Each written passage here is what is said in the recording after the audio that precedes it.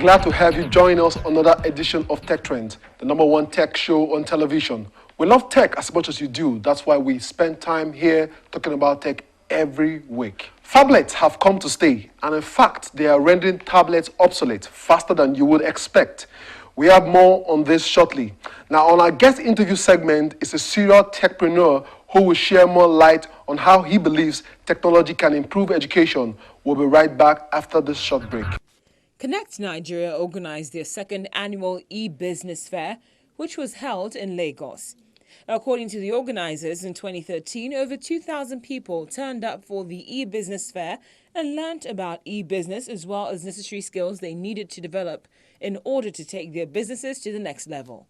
The organizers said that with this year's theme being e-business and the growth of your enterprise, it is anticipated to be Africa's biggest e-business fair. There will be raffle draws and prizes such as iPads, laptops and other useful gadgets to help and support businesses.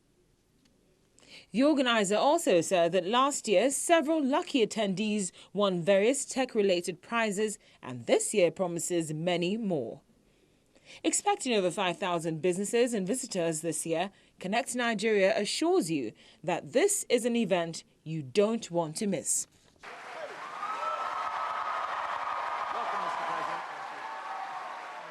U.S. President Barack Obama asked tech industry executives on Friday, February the 13th, for closer cooperation in defending against hackers after high-profile attacks against companies like Sony, which exposed weaknesses in America's cyber defenses.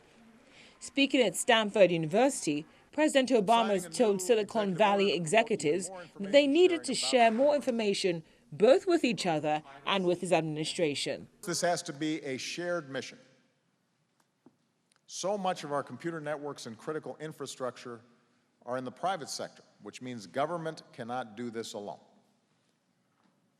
But the fact is that the private sector can't do it alone either, because it's government that often has the latest information on new threats.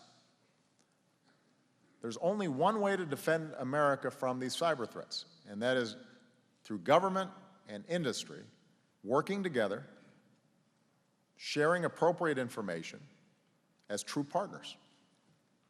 The president has moved cybersecurity toward the top of his 2015 agenda after the recent breaches. The Sony attack was particularly worrying for U.S. officials, who blamed North Korea for stealing data and pressuring the studio to halt the release of a satirical film about Kim Jong-un.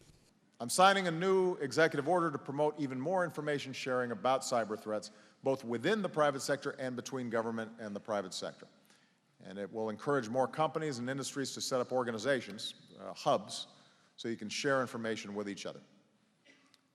It'll call for a common set of standards, including protections for privacy and civil liberties, so the government can share threat information with these hubs more easily. Upset about the lack of reforms to surveillance programs, the CEOs of Google Incorporated, Facebook Incorporated and Yahoo Incorporated stayed away from Friday's conference. But Apple Incorporated Chief Executive Tim Cook gave an address and other CEOs attended and spoke as well. We must get this right. History has shown us that sacrificing our right to privacy can have dire consequences. We still live in a world where all people are not treated equally. Too many people do not feel free to practice their religion or express their opinion, a world in which that information can make the difference between life and death. President Obama signed an executive order aimed at encouraging companies to share more cyber threat data through information sharing and analyst organizations. Those are hubs where companies share information with each other and with the Department of Homeland Security. It is one step in a long effort to make companies as well as privacy and consumer advocates more comfortable with proposed legislation that would offer firms protection from being sued and handing over customer information to the government. Still on Apple, An electric car battery maker, A123 Systems, has sued Apple Incorporated for poaching top engineers to build a large-scale battery division. And that's according to a court filing that offered further evidence that the iPhone maker may be developing a car. Apple has been a poaching engineer with deep expertise in car systems, including Tesla Incorporated, and talking with industry experts and automakers with the ultimate aim of learning how to make its own electric car. Around June 2014, Apple began aggressively poaching A123 engineers tasked with leading some of the company's most critical projects. The engineers jumped ship to pursue similar programs at Apple in violation of their employment agreements. Neither Apple nor A123 immediately responded to requests for comment, and Apple has not responded to the allegations in the complaint. The company also sued 5 former A123 employees who could not be reached for comment as well. A123 Systems is a pioneering industrial lithium-ion battery maker, which was backed by a $249 million U.S. government grant. It filed for bankruptcy in 2012 and has been selling off assets. However, A123 did not say what specifically the engineers worked on. It did say in its lawsuit that the engineers who left were in such caliber that the projects they had been working on had to be abandoned after their departures. I don't think this lawsuit really slows Apple down at all.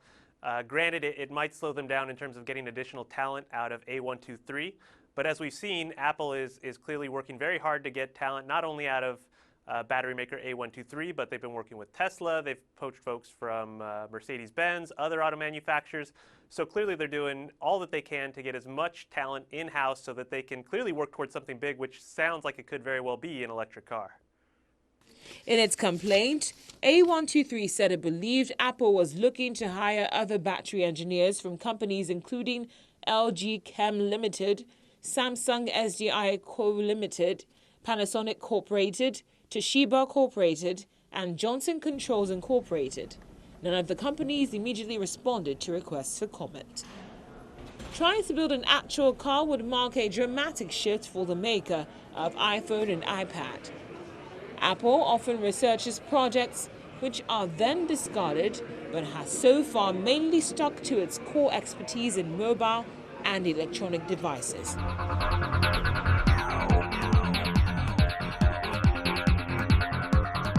Phablets are simply smartphones with larger screen display. Most of the popular phone manufacturers today have at least a flagship phone that will pass a Phablet, and today on the show we will be looking at the superb Samsung Galaxy Note 4. The Galaxy Note's big screen and S Pen stylus are certainly not for everyone. The Samsung Galaxy S5 and Galaxy Alpha offer a more mainstream smartphone setup. The Note 4 brings together big power, a big screen and big productivity. The Samsung Galaxy Note 4 is up against the likes of iPhone 6 Plus, LG G3, Nokia Lumia 1520. It has a 5.7-inch display and measures almost the same as its predecessor, the Note 3. The Galaxy Note 4 packs Qualcomm's latest Snapdragon chip, the Snapdragon 805. It's a quad-core setup based on the updated Crate 450 architecture with an Adreno 420 graphics processor and 3GB of RAM. Naturally, this is a supercharged monster of a chip and easily capable of running even the most resource-demanding games, apps and content from Google's Play Store. The Note 4 comes with a front-facing 16-megapixel that takes some great photos along with a new feature called Optical Image Stabilization that makes it simply one of the best additions to it.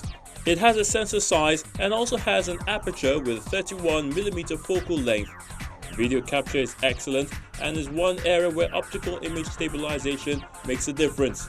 Like most phablets, if you have a small palm, then handling a Note 4 might turn out to be a hassle. If you're already accustomed to the larger league of smartphones, then the Galaxy Note 4 will feel right at home in your palm. The Note 4 still supports a split screen mode that lets you resize two app windows from a list of supported programs. You can now launch it in several ways, including from the Recent tab, and can also create smaller pop-up windows to drag around the screen. Some of the other awesome features that you will find useful include S Pen stylus for those who love to write, built-in heart rate monitor, and fingerprint scanner. So if you love class and functionality and can live with the size, then the Note 4 should be something you might want to consider.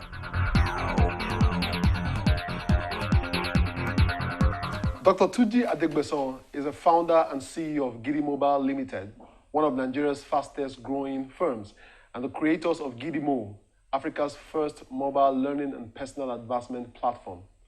Gidi Mobile is a pioneer in the mobile personal growth space and was born out of the desire to help young Africans to learn, grow, and be all they can be, with more than 500 million Africans below age of 25. Gidi Mobile is bringing cutting-edge mobile technology to addressing the knowledge gap that must be bridged to create populations of optimistic, self-confident, and self-driven young people.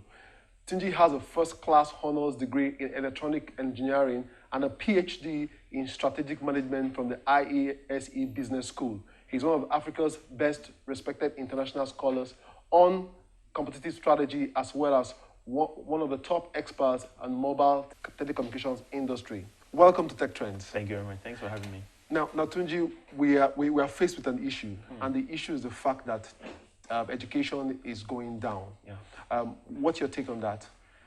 Well, it's an obvious issue. I think that it's a problem on multiple levels. You can start from the point of view of volume. We have a lot of kids. We're a large country, 180 million people. In fact, we have half of us, our median age is 18. So that means you have 85 million people below the age